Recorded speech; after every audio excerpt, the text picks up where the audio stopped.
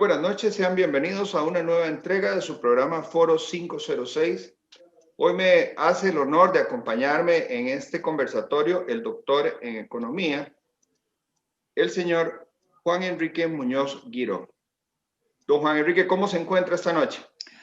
Bastante entusiasmado y lo confieso, algo ansioso por participar por vez primera con ustedes. Muchísimas gracias. Realmente yo no puedo negarle la admiración que tengo por su trabajo. Lo he seguido mucho en su carrera, aunque no nos conocíamos personalmente. Ciertamente sí tengo bastante tiempo de seguir sus análisis, de verlo en distintos medios. Y creo que usted tiene definitivamente una sensibilidad que nos permite, digamos, un análisis muy profundo de la situación y que hoy, como si estuviéramos en una clase universitaria, nos puede dar un poquito de retroalimentación, de información de dónde estamos, porque yo creo que si hay algo complejo para el costarricense en estos momentos es saber hacia dónde vamos como nación si ni siquiera tenemos claros los fundamentos ideológicos, el pensamiento económico. Se nos ha venido entregando en los últimos años mucho asistencialismo social, lo cual también de alguna manera hace que las personas releven la importancia de crecer, la importancia de esforzarse. Por el otro lado, también se critica mucho los esfuerzos de la empresa privada, del emprendimiento. Se ven de alguna manera como los enemigos, digamos, de muchas de las situaciones que se están viviendo a nivel socioeconómico, y lo cierto es que esto podría tener algunas vetas de realidad, pero por el otro lado, no hay un país que se desarrolle si realmente no cuenta con un esfuerzo por parte de todos sus ciudadanos. El doctor Juan Enrique Muñoz Giró es máster en economía de la Universidad de Ohio, Estatal de Ohio, también doctor en economía de la Ohio State University, profesor en economía y estadística de la Universidad de Costa Rica, es experto en estadística por la Universidad de Costa Rica, fue director corporativo de riesgo del Banco Nacional de Costa Rica, analista financiero, consultor, profesor universitario, líder de opinión, exfuncionario del Banco Central y como decía al principio, para mí uno de los mejores analistas y de los mejores economistas que tienen esa visión práctica de poder hablar en un lenguaje más castellano, más fácil para entender todos nosotros, a partir de una rama tan compleja como es la economía y que tiene tantas variables. Vamos a iniciar, doctor Muñoz Giró, en el sentido más amplio de la palabra, considerando la libertad económica como esa herramienta o ese pensamiento que permite la posibilidad de prosperar a través del ejercicio libre de la actividad económica y dejando que también otros puedan desarrollarse inclusive en las mismas áreas donde podemos competir nosotros con total libertad y permitiendo que de alguna manera sea el mercado, la calidad de la oferta y por el otro lado también la demanda natural que pueda desarrollarse en una sociedad. ¿Cuenta Costa Rica con una verdadera libertad económica? Comencemos por definir algunas cosas, Luis Fernando, y todos los que nos escuchan. Efectivamente, yo soy un liberal, y yo diría que al 100%, porque hay gente que se declara liberal, pero resulta ser muy conservadora. Confunden un poquito los temas. Entonces, antes de entrar en materia, por ejemplo, hay gente que se declara liberal, pero apoya a Trump, y Trump no es liberal, es todo lo contrario. Es aislacionista, es corporativista. El liberalismo uno lo tiene que entender no solo en términos de la posibilidad económica de desarrollar nuestras actividades, sino también la posibilidad de desarrollar nuestra vida. Y claro, uno podría definir en términos muy sencillos el liberalismo como aquello de que usted es dueño, tiene dominio sobre su vida, sobre sus acciones, siempre y cuando no le haga daño a nadie más. Ese es un punto central. Y claro, ahí es donde puede entrar el Estado como esa entelequia en la que la sociedad descansa y pone el efecto, no digamos de coerción, sino de seguridad jurídica, seguridad física o incluso, como nosotros lo vemos también, la posibilidad de darnos educación y salud porque son bienes públicos. Claro. Costa Rica desde la época de Jesús Jiménez allá a finales de 1860, 1869, bueno, fue el presidente que nos declaró la instrucción primaria gratuita. Y luego siguió don Tomás Guardia, un dictador que eliminó la pena de muerte. Y luego vino don Bernardo Soto con toda su transformación educativa, en donde el Estado asumió un papel que no lo teníamos. Y en ese momento, para ponerlo en contexto, la educación solo estaba en manos de colegios religiosos, nada más. Entonces, claro, vino el Estado y dijo, no, aquí tenemos que educar a la población y se eliminó la Universidad de Santo Tomás, que no servía para nada, y se abrió entonces la posibilidad de colegios, escuelas, y eso es la sociedad diciéndole al Estado, que es parte de la sociedad, yo quiero que ustedes hagan esto, yo se los demando. Lo que pasa es que con el paso del tiempo, y especialmente desde los años 40 y más recientemente en los 70, y ni para qué decir con los gobiernos que hemos tenido últimamente, el Estado tiene que resolverlo todo. Y ahí es donde nosotros, al entregarle ese dominio de nuestra actividad humana al Estado, estamos coartando nuestra propia libertad. Claro. Y claro, el ejercicio de la libertad lleva consigo la responsabilidad por los actos. Y todavía tenemos empresarios que cuando les va mal con una empresa le piden ayuda al gobierno. Eso no es liberalismo, eso es sencillamente corporativismo. Si hay algo en lo que se parecen el comunismo y la extrema derecha, es quien hace el negocio. En el caso del comunismo, el negocio lo hace el Estado. En el caso de la extrema derecha, son mis amigos y nadie más. Entonces, ¿en qué punto estamos? Bueno, estamos en un punto donde confluyen pensamientos que tenemos alrededor de 70 años de estar cultivando, y es el hecho de que el Estado lo tiene que hacer todo. Todavía tenemos personas que miran al Estado como el resorte de su vida para solucionar problemas. Un empresario, por favor, protéjame con los precios del azúcar, protéjame con los aranceles del arroz, protéjame con los de la carne, los del pollo, porque no puedo competir. Y sí pueden. Entonces, ahí abandonamos el liberalismo clásico por buscar rentas que extraer del resto de la sociedad, pero también tenemos a los funcionarios públicos que no pueden sobrevivir si no es con un nivel de ingreso bastante elevado. Claro, ahí confluyen los intereses de sindicatos, los intereses de políticos y la posibilidad de que el resto de la sociedad no se organice para oponerse. En Suiza, un aumento de salarios al sector público va a referendo. Aquí es por un decreto. Entonces, hay una confluencia de factores que han llevado a que nuestro Estado abandone en buena medida lo primordial que debe ser: seguridad jurídica, seguridad física, educación, salud. Yo comparto esos anhelos. Eventualmente, y esto hay que rescatarlo, dirigir ciertas acciones económicas. Por ejemplo, COMEX y CINDE y Procomer han sido exitosas para abrir la economía, sí, para innovarla. Y ahí hay un empuje tanto del sector privado como del sector público.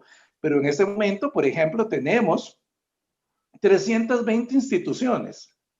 Pónganse a pensar en lo siguiente: cada teatro, el Nacional y el Mélico, tienen su junta directiva. Cada museo de Costa Rica tiene su junta directiva. ¿Qué hace eso? Entonces, la libertad económica se nos está yendo por dos razones a mi manera de ver. Una es: Estado, me he acostumbrado a que usted me proteja, que usted me resuelva la situación. Y lo otro, el tema de que el Estado tiene que ser grande para que nos vaya mejor. Entonces, claro, tenemos un montón de chunches viejos que no funcionan, pero que hay que mantenerlos. Ahí es donde comenzamos a coartar la libertad. En este momento, por ejemplo, registrar un producto farmacéutico para internarlo a Costa Rica es un dolor de cabeza. Entonces, si es tan difícil registrar un producto farmacéutico, las empresas que ya están instaladas son las que tienen poder monopólico. Ya sabemos de cuáles farmacias estamos hablando. Entonces, para alguien, tal vez como yo, que desea poner un negocio de farmacia, tengo que contratar un regente y pasar un tortuoso camino lleno de costos, de gastos, y eso es coartar la libertad. Cuando uno no puede desempeñarse en una actividad económica con lo que uno desea, sin antes no haber aprobado la tramitomanía que nos tenemos, eso es coartar la libertad. Y claro, los deseos de emprendimiento, los deseos de innovación, los deseos de abrir comercios y mercados se ve demasiado limitada. Claro. Estamos en un problema donde el Estado pesa mucho. Hay gente que cree que es importante porque pobrecitos, ¿cómo van a vender recopes? ¿Qué va a pasar con esa gente, por ejemplo? ¿Ah? Y por otro lado, estamos como domesticados, como dijo Pepe Figueres. El Estado nos lo da todo. ¿Qué hace Costa Rica con 5 universidades estatales? Y cada una con su consejo universitario, cada uno con su rectoría y duplicidades, y más que duplicidades, réplicas por todo lado de carreras. Uno dice, bueno, esto no se ve bien, pero Dios guarde tocar eso, por ejemplo. Igualmente se pregunta uno por qué 3 bancos, inclusive llegas a una provincia Y o todos llegas están en el inclusive a mismo un parque cantón, a un central, distrito y están los 4 bancos, en bueno, el los 3 parque bancos, central. exactamente, uno en cada esquina, triplicando los costos, Entonces, triplicando todo el costo operativo, el costo de claro. alquileres y demás. Entonces, claro, la gente cree que eso es necesario. Para mí, el papel del Estado en la libertad económica, Luis Fernando, es que el Estado nos deje crecer, que nos ayude a crecer. Básicamente, yo soy producto desde mis 7 años hasta los 34 años que dejé de estudiar formalmente de la educación pública. Me matricularon en la escuela Mauro Fernández en el año 66, tenía 7 años. De ahí salté al Liceo de Costa Rica 5 años y de ahí pasé a la Universidad de Costa Rica.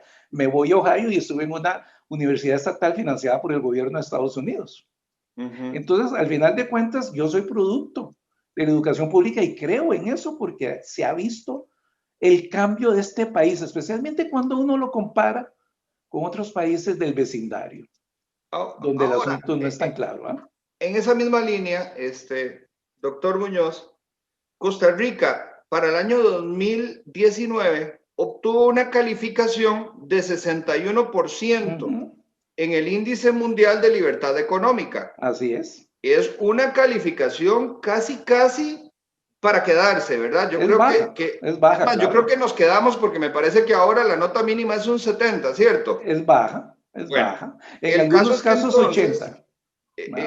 claro, entonces en el análisis nos encontramos, digamos, nos vamos a las 2 más libres economías y nos encontramos a Hong Kong y a Singapur. Ellos ocupan los puestos entre el 80 y el 100 en una evaluación, digamos, de 0 a 100, ¿verdad? Sí. ¿Por qué es importante la libertad económica y qué frutos, digamos, podríamos o qué beneficios podría derivar de una Costa Rica que permita una mayor libertad que hemos perdido? Porque hoy en día, como usted bien lo dice, abrir un negocio es un calvario. Entonces, si eventualmente tuviésemos la dicha de pasar a otro tipo de gobierno, un gobierno que tenga, digamos, una mentalidad no de empresario, no, de dinamizar el motor de las empresas. Entonces, si tuviésemos ese escenario, ¿por qué es importante la libertad económica? Bueno, sencillamente la libertad económica hace que uno, desde el punto de vista económico, tome las mejores decisiones con la información disponible.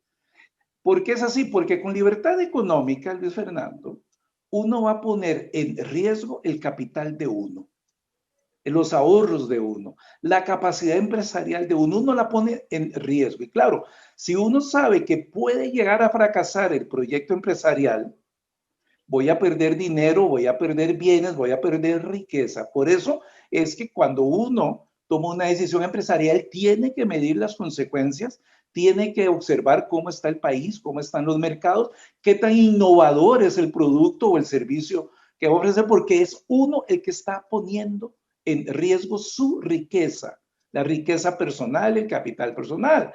Pero, por ejemplo, ¿cuántas veces no hemos visto fracasos rotundos de empresas del Estado en proyectos a veces hasta tan simples? Se perdió el equipo de cómputo, cometimos una pifia de 70 metros para conectar la carretera con el puerto de Moí y nos salió cada metro en $1.000.000. ¿Por qué? Porque ahí el dinero es de nadie. Sí. Entonces el funcionario público no está arriesgando su patrimonio y si fracasa, como lo dijeron por ahí hace un tiempo, es más, creo que fue en Acueductos Alcantarillados hace un rato, que dijeron, bueno, si esto fracasa y lo paga el usuario. Vean el ICE. El INSE ha fracasado en varios proyectos, uno muy grande como la represa de Iquis, ahí van las tarimas. Compró una cablera privada que venía y fracaso, exacto. Entonces, ¿y por qué? Bueno, es que ahí está el usuario la va a pagar. Entonces, ¿por qué la libertad económica es importante? Porque a uno como empresario privado, no público, privado, pues sencillamente uno tiene que cuidar la plata que va a poner ahí y uno quiere usarla de la mejor manera posible. Y cuando uno toma las decisiones de la mejor manera posible, al final de cuentas todos salimos beneficiados, porque es lo mejor que podemos hacer. Pero en un empresario, entre comillas, público, los planes estratégicos, los planes operativos, lo que hacen es poner metas y esas metas no se pueden medir por productividad nunca en el sector público. En el sector privado sí, pero en el sector público metas, el esfuerzo personal, eso no va ahí porque todo está bajo control, son definiciones de procesos y Dios guarde, pueda uno como funcionario público tratar de innovar algo, porque el proceso no lo permite, el control interno no lo permite, entonces claro, no solo se va agotando la posibilidad de que una empresa pública sea eficiente, sino que también honestamente se va muriendo la capacidad neuronal de uno, porque eso sucede, uno se hace mecánico en el sector público, entonces libertad económica, busquemos lo que yo creo que me puede beneficiar. Y aquí un tema, a mí me gusta mucho, Luis Fernando, intercambiar mis opiniones económicas con opiniones históricas también. Puede ser que esté equivocado, pero la historia tiende a repetirse. Un problema muy grave que tenemos los países latinoamericanos es que confundimos lucro con usura. El lucro es sano. La usura ya es el ejercicio de un poder monopólico para extraer rentas indebidas de la explotación laboral. Pero el lucro es, bueno, si yo voy a poner mis ahorros a trabajar, yo quiero que me reditúen una ganancia. Eso es lucro. Y claro, si hay libertad económica bien extendida, usted se pone hoy aquí una venta de ropa y tal vez ya pasado mañana está la competencia al frente. Entonces el lucro se va afinando y todos salimos ganando. El problema del lucro y usura es que creemos que el lucro es usura y nada que ver. El lucro es el pago al capital que yo puse a trabajar, al igual que se le paga a un asalariado por su trabajo. Ya la usura es otro tema y la usura incluso puede estar conectada por el Estado, especialmente con monopolios, tanto privados como estatales, que hacen que los precios aumenten. Y solo para que lo tengamos claro, lucro y usura se confundieron desde que Santo Tomás comenzó a escribir sobre eso, hace ya como 1000 años. Entonces, desde ese momento tenemos ese problema. Y claro, cuando uno ve a los países que no son católicos, se da cuenta de otra realidad. El lucro es algo sano. Y lo dice Jesús, creo que en San Mateo 19, por ahí. No soy muy experto en la Biblia, pero ahí lo dice en alguna parte. Bueno, la libertad económica es esa. Yo quiero producir. Déjenme producir. Y por favor, que haya competencia, también que haya competencia, porque eso me obliga a innovarme. ¿Cuál es el grave problema que tenemos en nuestra estructura productiva ahora? Tenemos una zona de producción altamente eficiente, sofisticada y tecnológica, zonas francas. Así es. Dispositivos médicos ni para qué decir. Pero la otra zona, la que está en zonas francas, tiene que enfrentarse a la regulación, a los impuestos, a las pérdidas y costos que genera el sector público, porque a todos no lo cobran, con el agravante de que no está expuesta a la innovación. Cuando un sector de la economía no está expuesto a la innovación, se estanca, perdemos productividad y el empresario se siente en una zona de confort a esperar a que las cosas ahí vayan vegetando. Abramos la economía, hagámosla más competitiva con importación de innovación como sucede con las zonas francas. Y vamos a comenzar a ver una revolución de productividad, que es lo que necesitamos. Productividad no es estar en un escritorio 12 horas sentado. No es eso. Bueno, yo soy producto también de la escuela pública, del colegio público. Doctor Muñoz, y yo no recuerdo, digamos, en algún momento, porque no lo recuerdo, o sea, por más que he tratado de hacer el análisis, ver a una maestra o a un profesor adoctrinándonos, digamos, se veía un poquito de cívica y siempre la cívica es como la religión, te vende dogmas, sí, sí. Pero digamos, yo recuerdo que todavía se le preguntaba al alumno, pero usted quiere ser empresario, quiere ser piloto, quiere ser doctor, quiere ser médico, y entonces uno se llenaba de un montón de sueños y de ambiciones. Sí, así es. Y entonces eso nos permitía, digamos, yo recuerdo que yo tenía la vocación desde los 6 años para ser un cirujano plástico, o sea, era lo que yo soñaba, ser médico y cirujano plástico. Pero bueno, finalmente cambié ya con los años a otro tipo de carrera.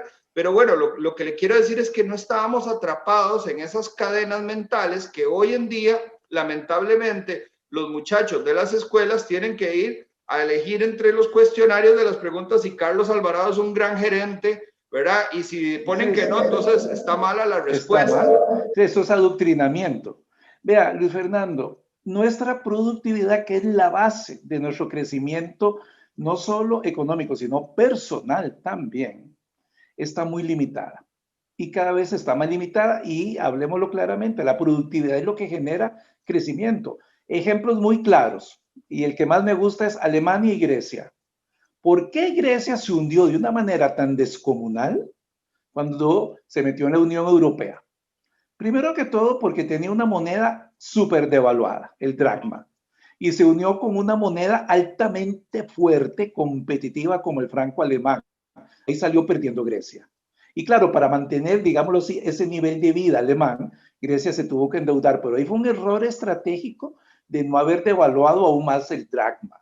Pero veámoslo de otra forma, lo que los alemanes pueden hacer tal vez en 3, 4 horas de trabajo, los griegos pueden tardar un mes. Esa es la diferencia de productividad. Y ustedes pueden estar aquí en alguna empresa privada o en alguna institución del Estado y ustedes dicen, vea todo lo que trabaja esta persona. Claro, entra a las 8 de la mañana, cultura bancaria, por ejemplo, salga a las 8 de la noche, porque usted tiene que ponerse la camiseta y sudarla. Eso no es productividad. No. Productividad es hacerlo mejor en el menor tiempo posible con el menor gasto de recursos. Entonces, claro, tenemos que especializarnos y aún más nos tienen que entrenar en cómo ser analíticos y lógicos. Y en ningún currículo educativo de Costa Rica están esas dos materias. Ni lógica, que es básica para plantear problemas y resolverlos, ni el análisis, lamentablemente para muchos, matemático. Así es. Entonces, nosotros en las pruebas PISA, horrorosos. No tenemos capacidad de razonamiento, así lo describen. Y lo peor, entre más dinero le echamos a la educación, más puestos retrocedemos. Más cuesta, claro. Claro. Entonces viene ahora otro tema. Tenemos una educación privada que está mucho más elevada que la educación pública. Entonces, de aquí a unos años, probablemente vamos a ver una mayor desigualdad, no solo económica, sino social también. Al final de cuentas, bueno, pero es que los que van a la educación privada tienen el derecho y la libertad de pagar por esa educación. Pobrecitos los otros, pero ¿qué es lo que queda? Modelo sueco. En el modelo sueco tenemos vouchers educativos. Eso significa que le damos dinero a Luis Fernando y Luis Fernando decide en qué institución pública o privada educativa pone a sus hijos. Y a esas instituciones se les evalúa con criterios de competencia, incluso a las públicas.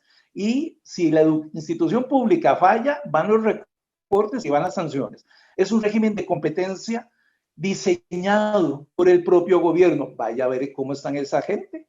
Igual Finlandia, pero es porque desarrollan no solo para las pruebas PISA, que son fundamentalmente de matemática, sino lo que llamamos ahora las carreras STEM. Correcto. STEM, Ciencias, Tecnología, Ingeniería y Matemática, STEM en inglés. Eso es lo que está pagando, señores. No podemos seguir pensando, y aquí me van a disculpar los que me escuchan, que las ciencias sociales van a pagar igual que las ciencias de la computación. O sea, no puede. Por una razón, hay un mayor esfuerzo en las ciencias de la computación, se paga mucho más porque ahí la demanda es más alta, pero las ciencias sociales lamentablemente se están quedando rezagadas. Y al final de cuentas, ¿cómo hacemos para cambiar esto? Bueno, es que el mercado no va por ahí.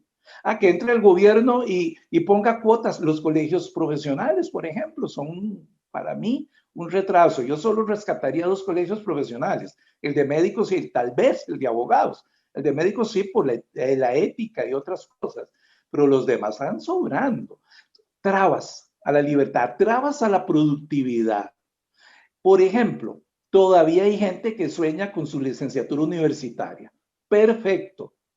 pero paga a veces mucho mejor un programa técnico que una licenciatura. Claro. Por ejemplo, en este momento, un programa técnico que a uno le enseñe a programar en software libre como R, Python y todo lo que llaman data mining, minería de datos, paga mucho más que una licenciatura en otra carrera. Entonces uno dice, ¿qué es la cosa? ¿Cómo estamos diseñando al muchacho para que sea un empleado de escritorio? Bueno, Porque para eso pero nos educan. me decía la rectora de la ULACID, la señora Silvia Sí, Castro, muy bien. que uno de los problemas que ellos tienen es que, por ejemplo, hay una carrera, una ingeniería, ahorita no recuerdo cuál en particular, pero digamos esa ingeniería fue aprobada por el CONESUB, si no me equivoco, Sí, sí, sí, ¿verdad? CONESUB. Hace, no sé, 16 años. Entonces resulta que ahora la querían actualizar para ponerla, pero a lo último, comparativo con cualquier universidad de los Estados Unidos, y resulta que llevan 3 años y el programa no se los quieren aprobar, no les Por lo dan el mismo, permiso, no les actualizan. para allá vamos entonces con otro tema de lo que me estás hablando, Luis Fernando. La productividad es el eje para que una sociedad crezca como sociedad y sus individuos como personas individuales. ¿Ah? Pero junto a la productividad está la competitividad. La productividad es parte de la competitividad, pero la competitividad tiene más elementos que pueden disipar las ganancias de la productividad. Entonces Claro. tenemos ese caso, tenemos gente con muy buenas ideas, con innovación, pero resulta que los costos, que no necesariamente son gastos, hay diferencias, que los costos de la regulación, los costos de la inscripción, los costos de las auditorías, los costos de los permisos, hacen que uno se agote y la productividad se pierda. Por ejemplo, el caso de acueductos y alcantarillados y la facturación tan errónea que tiene y que la cínica, presidente ejecutiva, dice, señálenme los errores. Bueno, un recibo de 1 millón de colones en una casa de 2 personas es un error evidente. Bueno, ¿cuántas horas pasa la gente haciendo fila para reclamar? Eso no es un gasto, pero es un costo. Sí. Y eso hace que entonces uno tenga que desviar su ocio, su actividad laboral, su tranquilidad, y se estrese, entre en ansiedad, se insole haciendo filas y al final no le resuelven. Entonces, la competitividad de Costa Rica está muy dañada. Y está muy dañada por la tramitomanía. Muy, muy dañada porque eso eleva costos en la acción humana. Eso eleva costos que hacen que las ganancias que tengo de productividad se vengan al suelo. ¿Y por qué hay costos tan elevados? No solo de trámites, de un montón de cosas más. Bueno, porque tenemos un estado que sufre de elefantiasis, un estado hipertrofiado. La hipertrofia es buena en los músculos, los hace crecer, pero en el estado no es una hipertrofia de músculos, es una acumulación de grasa. Así es, así es. Bueno, tenemos que hacerle una liposucción, pero nadie quiere tocar el verdadero problema del Estado, que es su tamaño y asociado con su tamaño el gasto, que es un gasto no solo grande, sino en muchas ocasiones ineficiente. Claro. Ineficiente y cualquier cosa lo puede justificar. Vemos las pérdidas en las compras de emergencia de la caja de seguro con la pandemia y resulta que lo que compraron no sirve. Entonces, no solo gastamos dinero que lo vamos a tener que pagar nosotros, sino que lo que compramos no sirve, otro costo. Sí. Entonces, y la impunidad rampante porque finalmente esto termina en un regaño o en 3 días de suspensión. Exacto. Sí, acaso. Exacto. Entonces, la productividad, por más que la podamos desarrollar y ser productivos en el sentido de que trabajamos para disfrutar más el ocio, porque si somos muy productivos vamos a trabajar menos y vamos a disfrutar más y tal vez nos paguen mejor. Bueno, pero es que se va lo servido por lo comido por lo servido.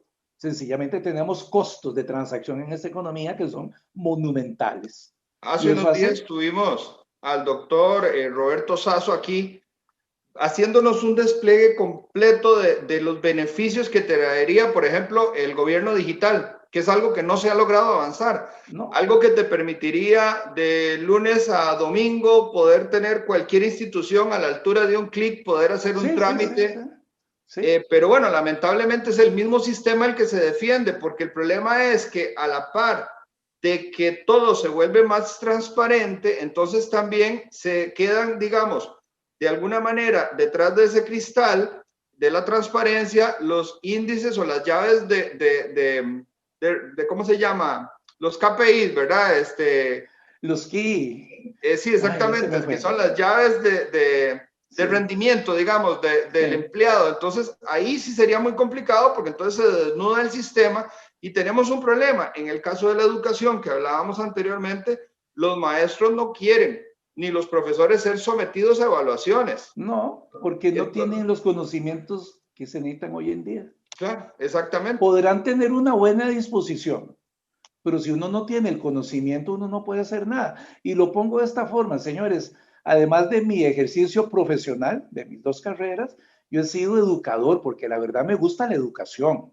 Sí. Y pasé por la Universidad de Costa Rica 26 años dando clases. Y yo he visto muchachos a los que me he tenido que sentar a la par y decirles, así se enciende una computadora. Y cuando yo les digo, vamos a hacer cálculos en Excel, algunos no saben sumar ni restar en Excel. No. Y eso ya debería venir desde la secundaria.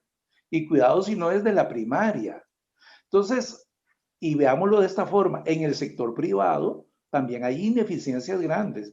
Yo asesoro tanto en materia económica y estadística a empresas del sector privado como a instituciones del sector público. Y les cuento, hay momentos en los que yo cruzo los brazos a la espera de que ellos busquen información en expedientes físicos, también en empresas privadas. Y ahora les voy a decir cuál es la diferencia. Y a veces paso horas sentado a la espera de que ellos busquen la información cuando eso en una economía digitalizada debe estar a una distancia de un botonazo. Y ya tengo ahí los datos. Claro que la diferencia de la ineficiencia en el sector privado y en el sector público es monumental. Una empresa privada ineficiente le genera costo a la empresa y a los que trabajan con la empresa. Es muy focalizada la pérdida, es muy focalizado el costo, no es social. Pero en el Estado, la ineficiencia nos abarca a todos. Es un costo mucho más elevado. Hace poco escuché a alguien reclamar porque se mete a una hoja de estas de internet, contacta con la empresa, con la institución y le piden papeles y haga el PDF, vaya, haga un escaneo de la foto, los títulos y los firma. Los firma en PDF con firma digital, que es tan válida como la firma manual. Y se lo rechazaron porque ellos no aceptan firma digital. Yo lo que le dije a esa persona es vaya a la sala constitucional y pone un recurso de amparo porque la firma digital está autorizada. Y lo logró. Pero entonces venimos con estas barreras mentales, ¿verdad? Estas barreras mentales, barreras tecnológicas que hay que romper, pero para toda la sociedad. Fonatel tiene cientos de millones o miles de millones de colones guardados cuando deberían estar los teléfonos y las computadoras en las zonas rurales, ayudando a los muchachos de zona rural y están engavetados. ¿Qué ha pasado ahí? Ni se sabe. Entonces son costos que con el tiempo nos van a pasar una factura enorme, no solo por el nivel de productividad que estamos sacrificando, sino por las diferencias sociales. Y la diferencia social muy marcada es un problema que puede llevarnos a revueltas, tarde o temprano, ya lo hemos visto en varios países. Hay gente que se queda atrás, que no tiene la capacidad como de renovarse, como de adaptarse a los cambios. Hay gente muy rígida en eso. Bueno, eso es un problema de productividad muy serio que nos pasa factura. Y eso lo podemos medir. Para eso existen los tipos de cambios reales multilaterales que publica el Banco Central. Estamos completamente rezagados. Y al final de cuentas, ¿cómo cambiamos esto, Fernando? Cambiando varios dogmas, varios mitos. El Estado, primero que todo, no es el que nos soluciona la vida. El Estado nos debe proteger de mis derechos, debe proteger mis derechos, punto. Que se meta en empresas, bueno, lo puede hacer el sector privado o no lo puede hacer el sector privado, porque si lo puede hacer el sector privado, déjeselo al sector privado. Construir una autopista de 8 carriles como la que teníamos prevista desde aquí San José hasta San Ramón, el Estado la tenía que concesionar, no tiene los recursos, pero el dueño es el Estado. Lo que pasa es que vuelve el dogma, vuelve el mito de que el Estado tiene que darnos todo y se cayó la famosa autopista de 8 carriles.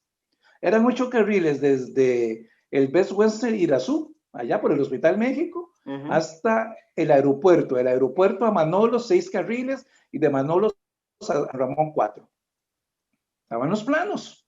Pero ¿qué pasó? Que por ahí salió el señor de San Ramón y dijo que eso era de la sociedad y que no podían pagar viajes. Y se cayó todo. Esos mitos se han venido creando desde que tenemos digámoslo así, una orientación socialista Sí. en el quehacer económico, en el quehacer político y en el quehacer social. Y la verdad abandonamos un poco todo el liberalismo clásico de finales del siglo XIX, los famosos presidentes del Olimpo, que a la hora de llegada impulsaron este país a más no poder. Sí. Vean, por ejemplo, para algunos, la salud pública comenzó en el año 1940 con la fundación de la Caja, y eso no es cierto. El Ministerio de Salud se fundó en 1927, creo que con don Cleto González Víquez, y antes de eso existía una oficina de interés público de la salud. E incluso don Braulio Carrillo puso un hospital ambulante cuando pretendió abrir el Bajo de la Hondura para llegar a Limón. Entonces, siempre hemos tenido esas preocupaciones. Que se le dieron otra forma, bienvenido. Pero como que tenemos ese sesgo de que la historia de Costa Rica comienza en el 48 y nos olvidamos de todo el liberalismo previo, que fue lo que sentó las bases de nuestra idiosincrasia y de nuestro desarrollo económico. Trenes, café, exportaciones, todo eso. Sí, y Pero el éxito que Costa Rica ha tenido en las últimas décadas, abriéndose al mundo y colocando una cantidad enorme de productos, porque pasamos de muy pocos productos y básicamente agrícolas a productos muy especializados. Así es. ¿Verdad? Y es realmente, yo creo que lo que nos estaba dando un oxígeno, y hoy en día, en medio de una situación de crisis económica, por no decir crisis política, realmente creo que el único sector que está sobreviviendo es el sector de zonas francas y el sector especializado. En buena medida. Pero veamos esto, vuelvo a la historia. Antes de la crisis del 80, Costa Rica era una economía de postres. Exportábamos café, bananos y azúcar. Ajá. Entonces hacíamos platanitos en dulce, los tomábamos con café y eso lo exportábamos. Hoy en día producimos más de 4.000 productos de exportación. Ahí sí le doy todo el crédito a la política estatal de impulsar con la empresa privada, CINDE y Procomer, todo el aspecto de transformación de la producción exportable. Aún así, Luis Fernando, yo he escuchado, he leído a personas decir, por ejemplo, que los famosos programas de ajuste estructural son los que explican la pobreza de hoy. Bueno, la pobreza en Costa Rica es la mitad de lo que fue en la época de Carazo. Es la mitad. Y eso se debe no solo a las transferencias sociales del gobierno, sino también al impulso de apertura económica. La mejor manera de bajar la pobreza es el trabajo, no es una transferencia social. He leído que esos famosos programas de ajuste estructural explican la inflación tan elevada de Costa Rica. Nada que ver. No. Nada que ver. Más bien, esos programas de ajuste estructural sentaron las bases para comenzar a expandir y diversificar la oferta de productos de exportación. Lo que pasa es que, claro, estamos adoctrinando. Y eso tiene un interés muy claro. Es un interés político, llámese de derecho, de izquierda o como se llame. El Estado es el centro de la sociedad y eso hay que erradicarlo. Porque si no, estamos no solo supeditando nuestra libertad económica, sino toda nuestra libertad, que es todavía peor. Ahora, cuando seguimos protegiendo como país, porque un gobierno es una ficción temporal y el Estado también, de alguna manera, debería en la sana práctica irse modificando en la medida en que van entrando nuevos, que en teoría deberían de ir oxigenando las ideas y cambiando los paradigmas. Pero cuando seguimos como país protegiendo a grupos empresariales e industriales, de industrias que son sumamente sensibles, como por ejemplo las cárnicas, la carne de pollo, nosotros tenemos aranceles del 40-50%, muy elevados. Es decir, que si eso lo quitáramos, si los eliminamos, los precios deberían de bajar. Imagínense lo que es un 50%, lo que liberaría, sí, claro, el bolsillo de las personas más pobres. Claro. Pero no solamente en el pollo, tenemos también la carne de res, la carne de cerdo protegida. Tenemos el arroz protegido, yo creo que ya casi debemos de estar llegando al 70% de protección. Es como el 60%. Exacto. Y una observación, Luis Fernando, ya estamos importando carne de cerdos, no sé si sin aranceles, pero si los tienen muy bajitos. Con Chile.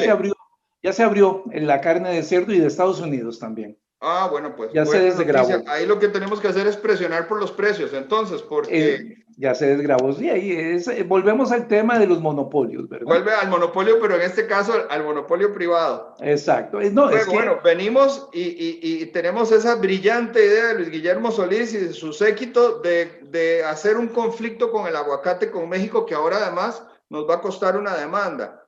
Pero no termina ahí. Tenemos el cemento en un monopolio de alguna manera también protegido por el Estado. Es un duopolio, Holcim Exacto. y Cemex, ¿verdad? Y la varilla de construcción. Entonces, no se le decir. puede dar a la gente de comer ni tampoco se le puede dar techo, porque todo absolutamente lo tenemos grabado. Si nos vamos a la electrónica, las computadoras, los televisores, esos son lujos, entonces también hay que grabarlos. Bueno, pero Luis Fernando, tenemos impuestos muy elevados. Por eso. Demasiado elevados. La carga tributaria de Costa Rica es muy elevada. Muy elevada. Y no tenemos los servicios de primer mundo que una carga tributaria de esas requeriría. No los tenemos. Más bien vamos para atrás. Una empresa en promedio destina a pagar contribuciones, impuestos solidarios, aproximadamente el 58% de sus ingresos. Esa es la carga. Sí, y entonces se vuelve un sistema perverso en donde una persona que produce 100 colones tiene que ir y pagarle casi 60 al gobierno para recibir servicios de mala calidad. Y que lo otro que hay, cuando usted tiene un impuesto tan elevado, el costo que usted enfrenta por evadir es menor que el costo de pagar el impuesto. Entonces hay incentivos para la evasión. La mejor manera de evadir la evasión, de controlar la evasión, no es un sistema de 150 millones de dólares, es bájeme las tasas impositivas, las alícuotas, hágalas sencillas. Los castigos. Suba los castigos, pero baje las alícuotas, simplifique la declaración de impuestos, que es terrible, y va a ver que la gente se va a sentir frente a un costo de impuestos menor que el costo de evadir. Así es. Siempre habrá gente que evada, porque le gusta, son ludópatas, les gusta el juego y el azar y todo eso. Pero ante una disminución de impuestos uno se debe poner a pensar, ¿qué es más costoso? ¿Evadir el impuesto o pagar el impuesto? Si el impuesto es muy bajo, es más costoso evadir. Si el impuesto es más elevado, es más costoso pagar el impuesto y se favorece la evasión. Es un poquito de técnica económica en las leyes. Es un poquito de eso. Pero es que tenés por el otro lado economistas pluralistas que también siguen con la doctrina de que entonces bajar los impuestos es favorecer a los que ya de por sí han ganado muchísimo con... Qué bueno. Por ahí viene. Vamos a ver, el impuesto no solamente es, digámoslo así, un instrumento económico, es también un instrumento de coerción porque nos están quitando parte de nuestras ganancias. Y claro, lo que uno demandaría es, bueno, ¿qué me va a dar a cambio de lo que yo voy a sacrificar? Y es donde estamos fallando. La provisión de servicios estatales y públicos, veamos las carreteras ahora con los aguaceros, y hay muchas destruidas, ¿verdad? Como que se deshacen. Bueno, ¿qué es lo que yo puedo ganar de una tasa impositiva alta? En ese momento nada. No tenemos una calidad de vida que uno diga está acorde con lo que pago de impuestos. No. Y al mismo tiempo le pones un peso que le hace imposible a los empresarios poder dispararse, digamos, a los que no encuentran trabajo y podrían empezar una iniciativa, se les hace casi imposible. Casi, bien, comencemos con la caja. Por favor, afloje un poco las cotizaciones de microempresas. Y está sentada de que no. Afloje un poco la iniciativa de trabajos independientes, cuenta propia, no. Entonces dice, bueno, ahí, una de dos, o pago y no hago nada, porque me arruino, o me mantengo en el lado informal sin cotizar. Así es. Entonces es un tema de que el Estado nos pone, en vez de provisión eficiente de servicios, nos pone cuesta arriba la vida. Y lo pone realmente, con todos los trámites, los papeleos, los costos, los impuestos, incluso el mal humor del funcionario público que a veces lo tiene, y con eso no los estoy criticando. Lo que pasa es que yo fui funcionario público en el Banco Central y me fue muy bien. Fui funcionario público en el Banco Nacional y fue todavía mucho mejor. Pero yo veo a los que están en otras instituciones, especialmente un ministerio como el de Hacienda, que es tan ácido, tan crítico, y esa gente se agota porque no tiene las herramientas para ser productivo, no tiene las herramientas para la creatividad, ni para solucionar rápidamente las cosas. Honestamente, hay gente que se agota. Y al final de cuentas, tengo otros conocidos que hacen presupuestos a mano, en Excel, cuando eso debería estar automatizado. Claro, comprendamos también la situación del funcionario público. No tiene las herramientas para desempeñarse de manera eficiente. Y claro, su productividad se viene al suelo. ¿Por qué? Porque el costo del servicio es elevadísimo. Entonces, hay que meterle tijera al Estado, pero no es una tijera exclusivamente de reasignar, quitar funcionarios, fusionar instituciones, que eso hay que hacerlo casi que obligatoriamente. Es cómo hacer que el Estado sea más ágil. Bueno, una forma de hacerlo es quitando grasa, liberándole un poco. Vean, cuando yo estuve en la superintendencia y fui uno de los jefes de la superintendencia, cayó la ley de control interno, allá creo que por el 2004. Esa bendita ley es una camisa de fuerza para poderse desempeñar en el sector público, una camisa de fuerza. En la Ley General de Administración Pública, cualquiera puede poner un recurso contra una licitación. Y a veces la Contraloría se tarda las calendas griegas para resolverlo. Pero el simple hecho de poner un cartel o una oferta de licitación junto con otros, uno sabe que la probabilidad de un recurso y que todo se retrase es elevada. Y claro, si se van retrasando los proyectos del Estado, también se va retrasando el bienestar. Claro. Es una maraña de leyes las que tenemos, que sencillamente el sector público lo que hace es engordar, no sacar músculo. Y para sacar músculo uno tiene que adelgazar y hacer ejercicio, si no está listo. Y claro, ese fardo se le pasa al sector privado en forma de impuestos y ahora, contribuciones solidarias. A mí, regresándome un poquito a la pregunta anterior, lo que particularmente me duele, por ejemplo, son estas protecciones que se dan sobre los alimentos y que le encarecen la vida a la persona más pobre, inclusive a la clase media, que esas diferencias de precios de todas estas protecciones a grupos industriales, pues las podría destinar para otras cosas. Así es. ¿Cree usted, digamos, que con este acercamiento a la OCDE, hemos hecho un montón de tratados de libre comercio? Creo que ya vamos como por 14 tratados de libre comercio. O 15 por ahí. Sí, pero seguimos arrastrando o sea, los mismos problemas. Todavía hace unas pocas semanas se reúne la ministra de Comercio con los señores del Conarroz y lo que pactan más bien es subir. La ministra de Economía. La ministra de Economía, correcto. Bueno, y junto con el ministro de Agricultura, ¿cierto? Con don Renato también. Entonces, o sea, vemos como que por un lado queremos avanzar, pero por el otro lado seguimos retrocediendo. Vamos a ver, Luis Fernando, aquí entra el tema político que permea toda decisión económica de nivel estatal. Con Luis Guillermo Solís, el ingreso a la OCDE se fue congelando, fue muy lento. Y él lo manifestó en alguna ocasión: no me interesa pertenecer al club de los países ricos. Pero no es un club de países ricos, es un club de las mejores prácticas de política pública, es otra cosa. Pero bueno, esas son las conspiraciones y las teorías malformadas que hay de las cosas.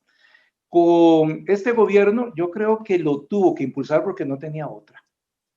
Ya estaba muy avanzado, habíamos destinado muchos presupuestos en dólares para ir a negociar con la OCDE, y lo que sí veo es que este gobierno, esta administración del PAC, no va a adherirse a los principios de gestión pública eficiente. Tendrá que venir otro tipo de administración con otro tipo de mentalidad, es decir, si estos principios de gestión pública, tanto para el sector público como para el sector privado, que también las tiene, nos va a hacer más eficientes. Pero para eso tenemos que comprender que hay que transformar al Estado y que muchos empresarios, especialmente esos protegidos injustamente, tienen que ceder. ¿Por qué? Porque los precios del arroz, del pollo, de la leche, de la carne, sencillamente son tan elevados que lo que hacen es destruir el presupuesto familiar. Así es. Y no les importa para nada. Lo que los arroceros sacan de ganancias por el arancel es una bicoca. Por ahí hay un estudio del año 2014 de un economista excelente, Bernal Jiménez. Sí. Y Bernal Jiménez padre no, Bernal Jiménez hijo. Y si mal no recuerdo, las ganancias para algunos años de los arroceros pudieron haber andado por 190 millones de dólares, que nos sacaron a nosotros. Y son unos poquitos. Y además hay una mala sangre con algunos economistas que se apuntan con eso. Por ahí salió un estudio de una universidad estatal diciendo, no, si no es tanta la diferencia. Y no le pega tan duro al presupuesto, pero ¿qué hicieron? Tomaron el arroz de mejor calidad, que solo lo compra la gente de más altos ingresos, pero el arroz de menor calidad, que es barato, ese es el que tiene el arancel más alto. Ese no lo incluyeron en el estudio universitario. Entonces se acomodan las piezas. Y ahí es donde comenzamos con un tema de cultura, de pensamiento y de lógica, de ponernos a pensar qué está pasando con el sector público, cómo nos afecta. Casi nadie piensa en esos términos. Más bien uno, cuando habla de reestructurar al sector público, lo primero es, pobrecito, ¿qué van a hacer con los despedidos? Sí. No, y tenemos otro problema, que no deja de ser un sector público numeroso y que además hace que por lo menos un miembro de la familia esté de alguna manera relacionado, o el papá o la mamá o un tío, Como alguien trabaja para el funcionario, sector como público. proveedor. Exactamente, entonces finalmente termina siendo una guerra de infiltrados muy difícil. Bueno, vamos a ver. Si las cifras fueran ciertas, el alcalde de Limón y el alcalde de San José ganan más que el alcalde de Madrid. Así es. Mucho más. ¿Ah? Y algunos presidentes de nuestras instituciones públicas ganan más que el presidente de la Reserva Federal de Estados Unidos y que de la gerente del Fondo Monetario. Entonces uno dice, y estos desbalances, y cuando uno pregunta por qué esos salarios tan elevados, porque hicimos estudios de mercado. Bueno, primero que todo, ¿cuál mercado? Así es. Porque en Costa Rica esos salarios los tienen 2 o 3 gatos. No más. Sí, bueno, no, o un caso que para mí es patético, como es la Corte Suprema de Justicia, en donde también tenés unos magistrados que ganan más que algunos magistrados de países de primer mundo. Claro. Es el tema de los grupos de presión, los grupos de interés que fácilmente se pueden organizar para sacar prebendas de esto, ¿verdad? El resto de la sociedad, pues no podemos organizarnos. Ahora, hace unos minutos, don Juan, hablábamos de esta masa crítica de personas que están ahorita sin trabajo. Y no es que en el mercado no haya trabajo, hay ofertas de trabajo. Lo que pasa es que las ofertas de trabajo son muy especializadas, demandan, digamos, personas con conocimientos muy especiales, muy especializados, y esta gente que requiere trabajo no logra calzar su oferta con la demanda. Le pregunto yo, ¿cómo podemos de alguna manera hacer migrar a estas personas? ¿Habrá algún tipo de capacitación rápida? ¿Habrá posibilidades de tomar personas de 40, 50 o 60 años que todavía tienen energía? Vemos en los Estados Unidos, inclusive en personas pensionadas de 70, 80 años que todavía siguen trabajando porque todavía se sienten productivas. Pero en Costa Rica tenemos un problema, y es que ya un hombre de 40 años ya es casi desechable. Ya no, Vamos a ver, Luis Fernando. Yo he tenido en mis cursos universitarios técnicos personas de más de 40 años. Y son voluntariosas hasta decir basta, pero vayan a ponerlos ustedes a hacer un cálculo. Le tienen pánico a la computadora. Así es. Entonces, bueno, sentémonos. Yo soy muy paciente, no como San Francisco de Asís, pero soy paciente. Entonces, a veces lo que hacía era dirigirme a alguna persona joven, algún estudiante joven, y le decía, haceme el favor de sentarse con esta persona y le ayudas a usar el Excel. ¿De acuerdo? Esas limitaciones tecnológicas, incluso en licenciados universitarios, están muy presentes, generalmente para personas de más de 40 años. Y los que lo conocen, el Excel no es solo sumar y restar, uno puede programar. Sí. Y puede hacer trabajos grandes en Excel. Entonces, para hacer cuadritos y ponerles colores ahí medio simpáticos, pues sí, está bonito, pero está subutilizado. Así es. Y a eso sumémosle lo siguiente. Yo, no es que sea malo, pero no es que sea un mal profesor, pero yo a mis estudiantes les doy y les digo, antes de que matriculen, mi curso usa literatura en inglés. Así que si usted tiene un problema, vaya y me acusa, porque si me obligan a darle en español, no hay literatura avanzada en español. Así que usted es el que puede ganar, sí, además de aprender inglés, entiende el paper, el documento. Y sí, los muchachos jóvenes, la verdad, dominan el inglés, pero ya una persona de 40 a 50 años, bueno, aquello ya se me hace más difícil. E incluso hace varios años, dando clases de teoría monetaria en la Universidad de Costa Rica, me encontré con un artículo de teoría monetaria, pero exquisito, en francés. Y se los di a los muchachos, se los imprimí y se los di a cada uno. Si saben francés, bienvenidos. Si no, paguen un traductor y cojan un diccionario y comiencen a traducir. En algo se parece al español, pero este artículo no hay que dejarlo pasar. Así es. Y la gente que es de esa gente productiva, adelantada, disponible, dispuesta, lo leyeron. Otros ahí se fueron a acusarme con la dirección de la escuela porque yo no entrego bibliografía en español. Bueno, pero es que no la hay. Y para que venga en español pasarán años. Entonces, bueno, pero por el amor de Dios, aprendan algo más, no sean tan conformistas. Y te pregunto, Luis Fernando, ¿qué harías vos con un muchacho de 25 años sin trabajo que solo sacó el 9º año de colegio y académico? Sí, sí, es que, bueno, es justamente ahí donde no hay espacios, donde no hay trabajo. El mercado laboral está fracturado. Vea, hay cada cierto, cada 6 meses, algo así, las manifestaciones o de los taxistas o de los Uber. Ajá. Y eso que en los Uber hay bastantes profesionales que tal vez se Que quedaron tienen que redondearse ahí el Tienen salario. que redondearse, sí, pero lo que pasa es que el trabajo de choferes, yo calculo que en menos de 5 años ya no va a existir, No, no, no va a existir, para ¿verdad? Y nada. así una cantidad enorme de trabajos, o sea, ya usted puede poner una aspiradora que te mapea la casa y te limpia Sí, sí, sí, y sí, recoge todo. los Uno desechos tiene del que irse PET. adaptando, pero es que también, Fernando, hay una mala guía, digámoslo de esta forma, en cómo formar a los muchachos. Y el presupuesto lo tenemos, que es lo Lo peor, el dinero está tenemos. ahí. Bueno, pero también hay decisiones personales complicadas. Es que entra un montón de cosas. Yo tengo una sobrina que comenzó a estudiar criminología. Y cuando yo me enteré de eso, pues estuvimos hablando y usted sabe cómo está el mercado de la criminología en Costa Rica.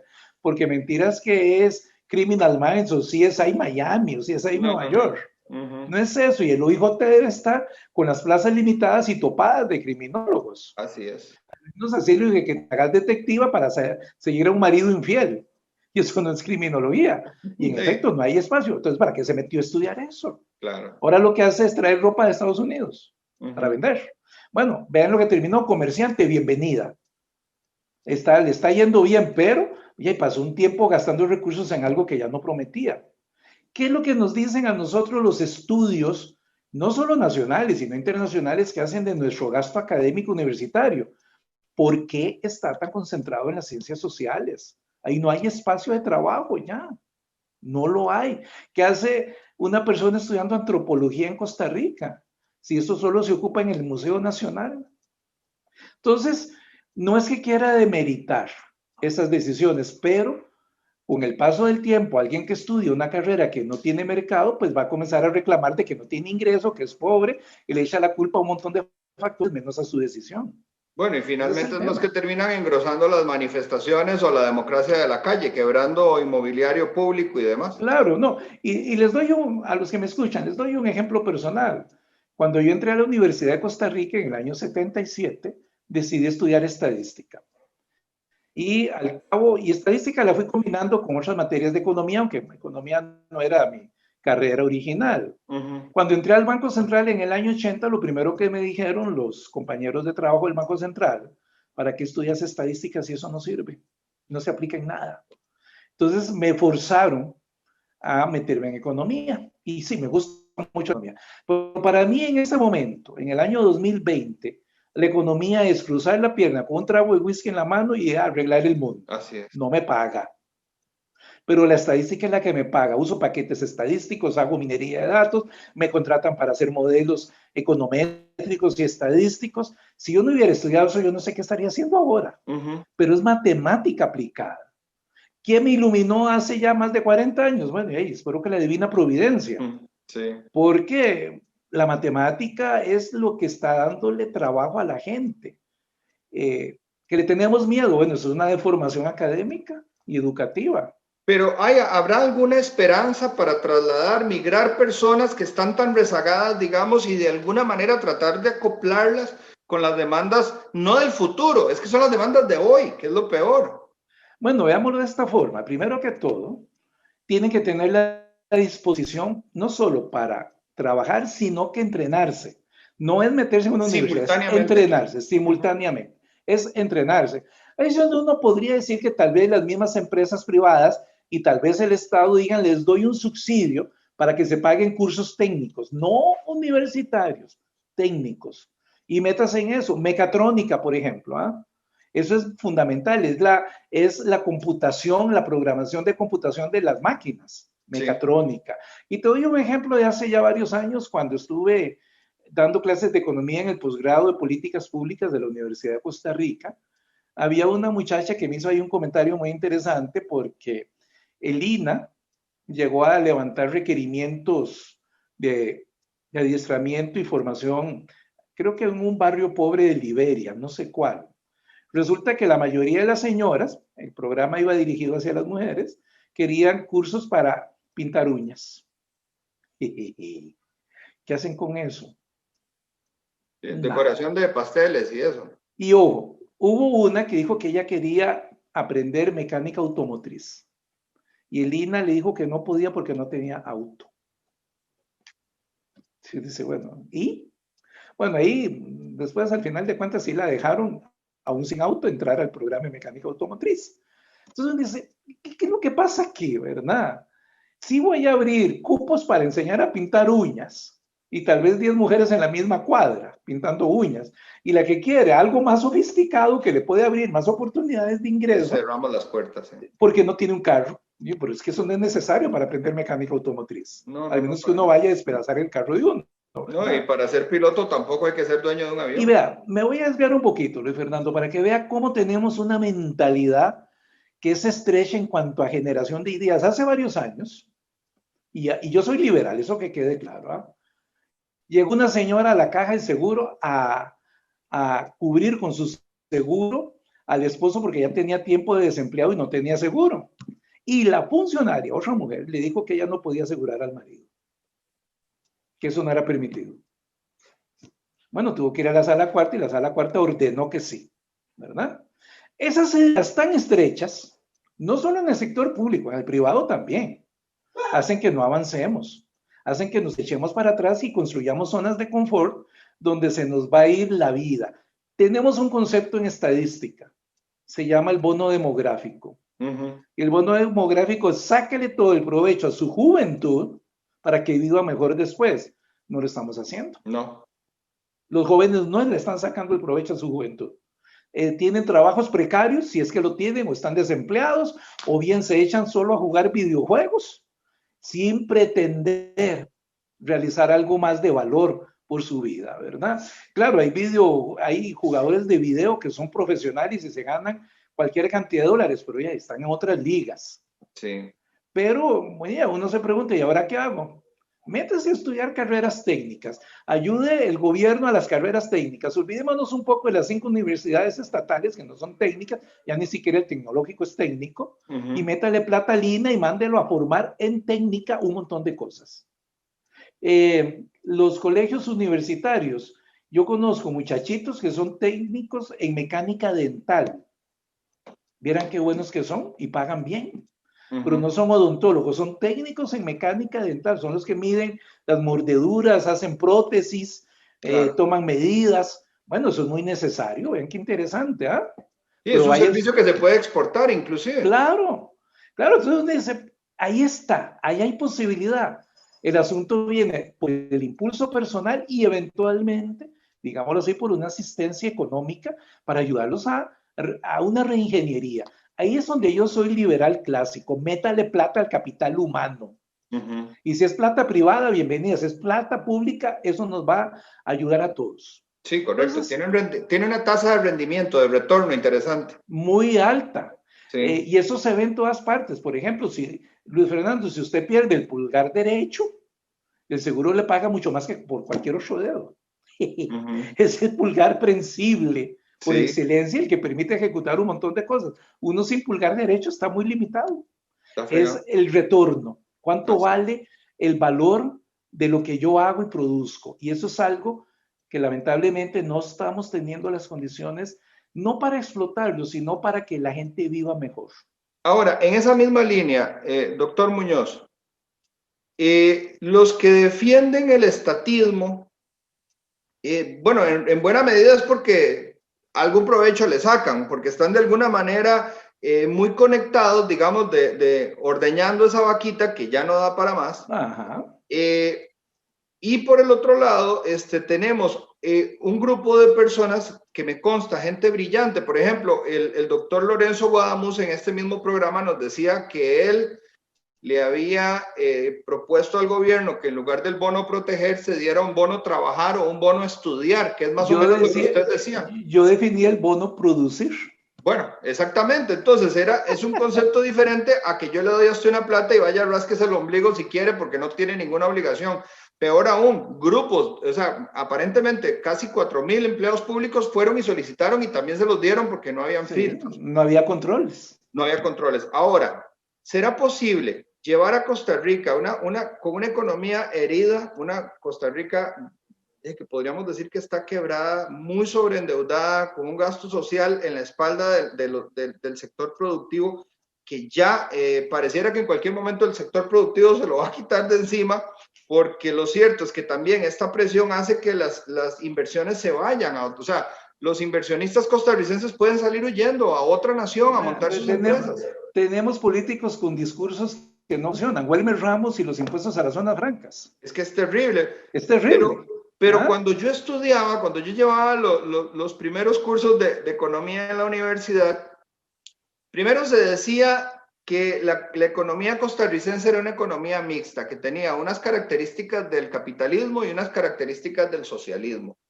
Este socialismo que ahora le han cambiado el nombre a solidaridad y todo es solidario y son impuestos solidarios. Y sigue siendo la misma mona, solo que vestida con otra seda. Se le cambia el nombre, pero el problema es que justamente en este solidarismo la pirámide demográfica, lo que usted hablaba hace un momento, se convierte como en esa pirámide de Ponzi, tipo Ponzi, ¿verdad? Sí, que finalmente termina siendo una estafa.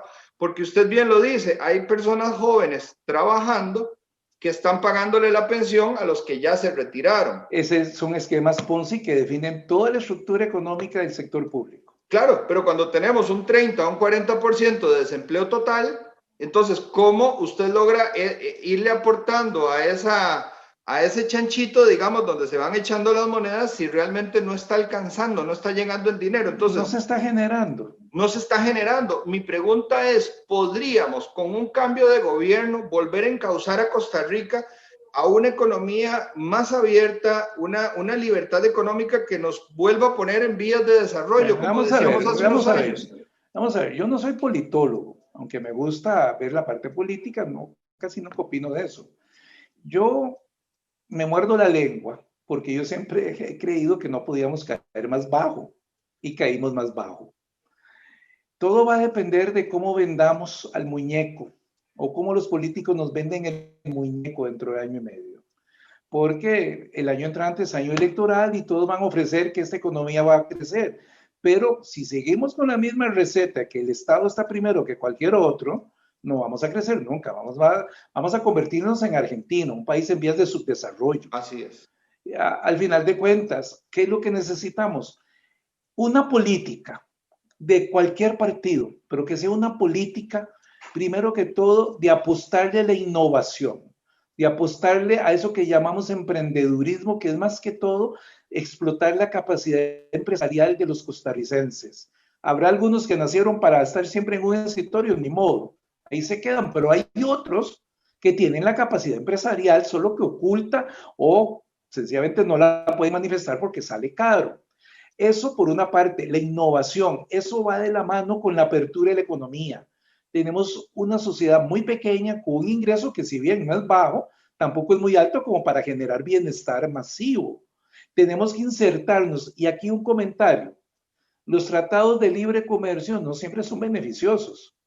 Los tratados de libre comercio es comercio administrado y muchas veces desvían el comercio hacia productos más caros.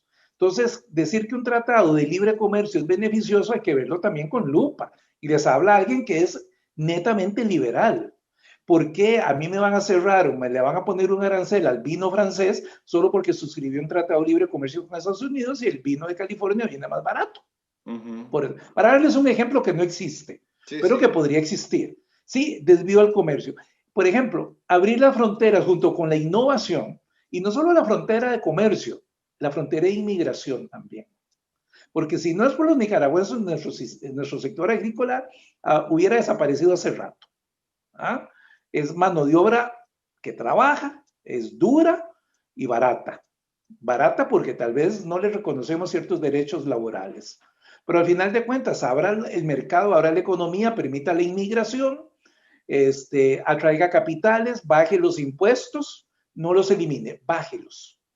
Fusione en instituciones públicas, podríamos tener un ministerio de la producción ahí con el MAG metido, con el Ministerio de Economía, con COMEX, haga un Ministerio del Interior con el Ministerio de Seguridad, el de Justicia y el de Gobernación en uno solo. Comencemos a simplificar estructuras. Por favor, es que el costo tenemos que bajarlo si realmente el tema es crecer. Y eso, el único ideario que tiene ese tipo de visión es el de los partidos liberales, nada más, en materia económica, ¿verdad? Entonces, si a mí me viene un partido liberal y me pone planteamientos serios, me inclinaré por él. Pero planteamientos liberales, no solo en economía, sino también en otras cosas también. Porque ser liberal es un paquete entero.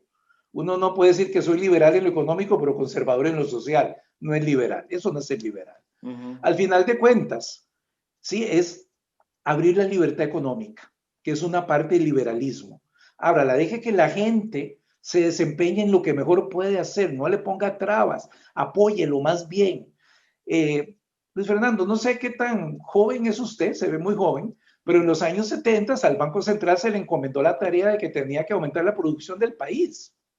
Un Banco Central nunca puede hacer eso. Terminamos con la peor crisis económica que tuvimos en los 80s. Y el famoso lema del Banco Central en los 70s era nervio motor de la economía nacional. Y por ahí hubo un candidato presidencial que todavía acaba de cerrar carreteras y hacer bloqueos, ya se retiró, que decía que para que este país creciera, el Banco Central podía emitir todo el dinero del mundo. Jamás. Y todavía hoy hay gente profesional que dice, usemos las reservas del banco para financiar el gasto del gobierno. Bueno, y ese nos dispara el tipo de cambio y ahí sí la terminamos de hacer toda. Esas voces populistas son parte de este ideario del estatismo. El Estado todo lo tiene que resolver, no. Más bien, sálgase y deje que el sector privado lo resuelva en la mejor manera posible. Claro que hay áreas en las que el sector público tiene que entrar, especialmente cuando hay monopolios naturales, pero sí, esos son contaditos con los dedos de una mano. No son muchos. Más allá de eso, bueno, apoya al sector privado, protéjalo, impulse a la gente, pero no la restrinja. Para mí, en la parte política, los partidos liberales deberían formar un tipo de coalición sin muchos egoísmos, ¿de acuerdo? Pero le pongo un ejemplo. Exacto, sin vanidades. Y ese es un ADN que los liberales tenemos muy metido. Somos autodestructivos, porque somos liberales. Y no es que seamos egoístas e individualistas, es que yo soy yo. Y un verdadero liberal ve en la otra persona a otra persona con todos sus derechos e incluso la puede ayudar. Le doy otro ejemplo. ¿Por qué obligar a la gente a tener pensiones? Entonces, eso fue una discusión liberal muy interesante. ¿Por qué obligar a la gente a tener pensiones? Y yo les respondí de una forma que me gustó y a muchos les gustó. Bueno, pues es que si una persona no cotiza para un fondo de pensiones, yo, Juan, voy a tener por solidaridad que mantenerlo en su vejez. Y ya me coartó mi libertad. Entonces, claro, ahí hay dos libertades coartadas. Si yo no quiero tener pensión, bueno, pero ¿quién lo va a mantener de viejo? Otro. Eso es coartarle la libertad a otro. Entonces, hay temas que son muy complicados en el liberalismo. Entonces, uno tiene que buscar qué es un balance entre la decisión privada sin dañar a los demás. Correcto. ¿Me explico? Y claro, dejamos de lado. Vuelvo al tema con el que comencé. Donald Trump no es liberal. Donald Trump es, le doy el negocio a mis amigos, punto. Y uno se piensa, bueno, pues eso no es liberalismo, y hay gente que dice que es liberalismo. No, eso es extrema derecha, que no es liberal, punto. Entonces, hay cuestiones sociales en las que uno tiene que ser muy claro hasta dónde puede llegar la decisión. Y hay temas complicadísimos que el liberalismo, por ejemplo, no los puede resolver, el aborto. Eso es un tema muy privado, que entonces yo lo que les he dicho a algunos, para que vean cómo podríamos razonar desde el liberalismo. Bueno, está bien, si ustedes en algún momento creen como sociedad que es un derecho de la mujer, ni modo, aunque yo no esté de acuerdo, pero no me use el seguro social para practicar abortos. Porque yo cotizo ahí, no lo quiero. Vaya y se paga una clínica privada. Entonces, puede haber soluciones, pero el liberalismo es su decisión propia, Luis Fernando, y en materia de libertad económica, plantee usted qué es lo que desearía hacer con su vida y cómo la va transformando con su trabajo, con sus ahorros, con sus ingresos, con sus gustos, con su consumo, que es la máxima expresión de la libertad económica. Sí. Pero bueno, no lo entendemos y hay gente que quiere controlarlo, ¿verdad? Vía Hace unas impuestos. semanas hablaba yo con una muchacha que pertenece a un partido liberal, y ella me decía, es que lo que yo no entiendo es por qué los liberales, porque sí habemos muchos liberales, dice, ¿por qué no nos organizamos? Le digo, bueno, porque es que el liberal justamente está en la libertad y en la misión de producir. ¿Sí? No está sentado en un escritorio, no está Ni en es el político. gobierno, no está dando clases, posiblemente en la UCR a tiempo completo, está en la operación crecer y ser productivo, ¿verdad? Y ver hacia el futuro. Entonces, pues bueno, eso no deja de ser un problema. Hay Pero te digo algo son también, lobos Luis Fernando. esteparios. Ahora que tenemos 3 o 4 partidos liberales, Unión Liberal, que lo acaba de abrir Otto Guevara, el de Eli Feinstein, que es el liberal progresista, el de Natalia Díaz, pero no recuerdo el nombre, y creo que hay uno Unidos más. Podemos. Unidos Podemos, gracias por recordármelo. Lo cierto del caso es que hay que tener cuidado con los mensajes, porque en la de menos a usted le están diciendo algo como que sí estoy de acuerdo con esto, pero no con esto. Entonces, puede hacer que se estén alejando del liberalismo. El liberalismo es deje que la persona tome su decisión, se haga responsable de ella y que no dañe a nadie más. Y eso es algo que los ticos hemos olvidado y en general todos los latinoamericanos. ¿Por qué los cubanos y venezolanos y algunos latinos votaron por Trump en las últimas elecciones? Porque les gusta el gamonal, el que les da la orden de qué hacer. Y a mucha gente le gusta que le den la orden para no asumir la responsabilidad. Y ahí es donde ya se cayó el liberalismo. Liberalismo es dominio propio de uno. De ahí viene la palabra freedom en inglés. Free dominio. Yo soy el dueño de mis decisiones y de mis acciones. Eso es el liberalismo manchesteriano más puro que hay. Correcto. Que es al que yo me ascribo. No es un liberalismo de medias tintas, ¿verdad? Al final de cuentas... Don Juan, y ya se nos voló el tiempo. La verdad que le ha pasado también que nos pasamos un poquito de la hora, pero le hago una última pregunta, tal vez de respuesta lo más resumida, lo más puntual posible. Si usted tuviera que darle 3 consejos al elector en las próximas elecciones, dada la realidad que tenemos en este momento y, peor, los desenlaces que todavía no han llegado, como podría ser un default, como podría ser una inflación que se nos descontrole, como un tipo de cambio que se nos dispare y encarezca todavía más la vida de la persona más pobre.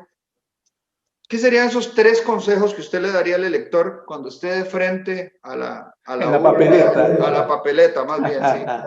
Lo primero es que tenga un buen discernimiento y que sepa identificar qué son promesas viables y buenas y qué es populismo. Así de simple. Alguien que diga que este problema que tenemos hoy lo resuelve en 1 año, 2 años, yo le pongo un signo de pregunta. No lo veo, pero que tenga discernimiento, que invoque al Espíritu Santo y que le haga ver, mire, este está mintiendo. Y este le está planteando la realidad con soluciones que son menos dolorosas, más eficientes, pero que lo van a sacar. Eso es el primero. En otras palabras, no siga al populista. Eso significa, dígame cómo va a resolver esa promesa. Porque si es más impuestos, olvídese. Y esa es la segunda. Aquel que diga que hay que cobrarle más a los ricos para temas sociales, deséchenlo, porque va a ser solo para alimentar al Estado, al sector público. Esas 2 son fundamentales. Y el tercero es que le digan, le voy a simplificar la vida con trámites, impuestos, y usted se va a hacer dueño de su vida. Lo que pasa es que esa tercera a mucha gente le asusta. Implica responsabilidad, claro. Y mucha gente no la tiene ni la quiere. Pero para mí la principal es el discernimiento entre algo razonable y racional y algo populista, que es la moda. Sí. El populismo es la moda. Y hay gente que se deja llevar por esos cantos de sirena, ¿verdad? Entonces, en la de menos vamos a ver el bono proteger extendido hasta enero del 2022. Ah, qué bonito es eso, ¿verdad? Claro, y con ello un grupo clientelar ahí apostado para ganar las elecciones. Claro, claro. Así es, Luis Fernando. Doctor Muñoz, muchísimas gracias por habernos acompañado esta noche. De vieras cómo disfruté esta conversación y me quedaron temas pendientes, pero bueno, también lo comprometo para que me acompañe pronto otra noche y podamos conocer más de la materia. A mí me parece no haber cometido ninguna imprudencia, pero hablo de lo que yo sé y de lo que yo opino. Pues así deben ser las cosas. Me parece que entre más honestos se pueda uno exponer, digamos, en cuanto a sus ideas, es mejor. No, es que yo tengo un amigo diplomático que uno le pregunta por una opinión, se alarga como con 10 estrofas y no dice nada. Sí es. Y es entrenado. Doctor, bueno, muchas gracias por todo y a los que nos escucharon y a los que están viendo. Muchas gracias. Un abrazo grande y por supuesto muchísimas gracias a usted por habernos acompañado esta noche. Gusto. Por favor, darle compartir con sus contactos, con sus amigos. Claro que discuta en familia estas ideas y por supuesto darles like a la página para poder estar en contacto. Con mucho gusto. Ahí lo voy a estar promocionando, Luis Fernando. Muchísimas gracias. Muy buenas noches a todos. Muy buenas noches.